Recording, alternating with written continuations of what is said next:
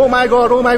ধরুন আপনি একটা পাহাড়ের কোলে দাঁড়িয়ে আছেন, চারপাশে বিশাল হিমালয়, আর ঠিক নিচেই বয়ে চলেছে শান্ত একটা নদী। অর্থাৎ সবকিছুই অন্যান্য দিনের মতো স্বাভাবিক। কিন্তু আপনি জানেন না, আপনার মাথার কয়েক হাজার মিটার উপরে এমন এক ঘটনা ঘটতে চলেছে যা কয়েক মিনিটের মধ্যে কেড়ে নেবে বহু মানুষের প্রাণ। সাল 2026 26 আগস্ট নেপাল তিব্বত সীমান্তের কাছে ঠিক এমনই এক ভয়াবহ বিপর্যয় আসে। প্রথমে সবাই মনে করে হয়তো এটা ভূমিকম্প, কিন্তু পরে সামনে আসে আরো চমকে দেওয়া তথ্য। আসলে এটা কোনো সাধারণ ভূমিকম্প ছিল না। বিশেষজ্ঞদের প্রাথমিক বিশ্লেষণ অনুযায়ী প্রায় 5200 মিটার উচ্চতায় একটা হিমবাহের বিশাল অংশ ভেঙে নিচের দিকে ধসে পড়ে এবং সেই বরফের সঙ্গে মিশে যায় প্রচুর পাথর এবং মাটি। প্রায় 1200 মিটার নিচে উপত্যকার দিকে সেই বিশাল ধস আশ্রে পড়ার পর পরিস্থিতি আরো ভয়ঙ্কর হয়ে ওঠে। তৈরি করে প্রচন্ড গতি, কারণ বরফ, পাথর, মাটি আর নদীর জল মিশে তৈরি করে এক প্রচন্ড গতি। আর সেই প্রচন্ড গতি রূপ নেয় এক ভয়ঙ্কর স্রোত। অর্থাৎ পাহাড়ের উপর থেকে শুধুমাত্র বরফ পড়েনি, বরং তার সঙ্গেই নেমে এসেছে বিপুল পরিমাণে ধ্বংসাবশেষ। আর সেই প্রচন্ড স্রোতের কাছে মানুষের পালিয়ে যাওয়ার গতি খুবই নগণ্য ছিল। আর ঠিক তার জন্য এক নিমিষে একটা চকচকে শহর নরকে পরিণত হয়। রিপোর্ট অনুযায়ী কিছু এলাকায় মাত্র 30 মিনিটের মধ্যে নদীর জলস্তর প্রায় 9 মিটার পর্যন্ত বেড়ে যায়। যে নদী প্রতিদিন মানুষের জীবন এবং জীবিকার অংশ ছিল, সেই নদী মুহূর্তের মধ্যে পরিণত হয় আতঙ্কের কারণ। এই ভয়ঙ্কর দুর্যোগে প্রচুর রাস্তা, সেতু এবং বাড়িঘর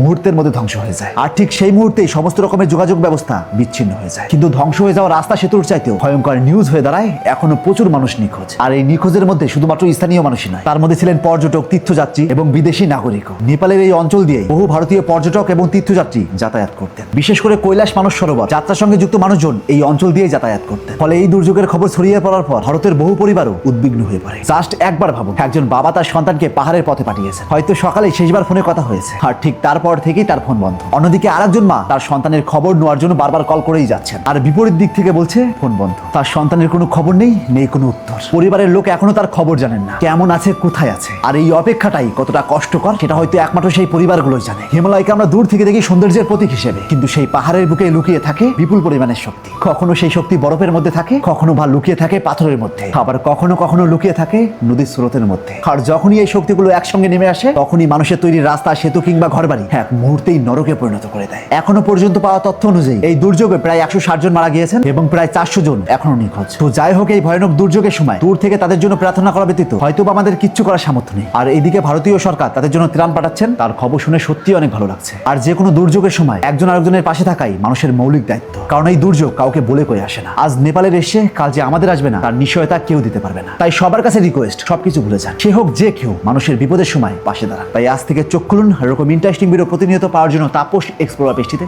ফলো দিন।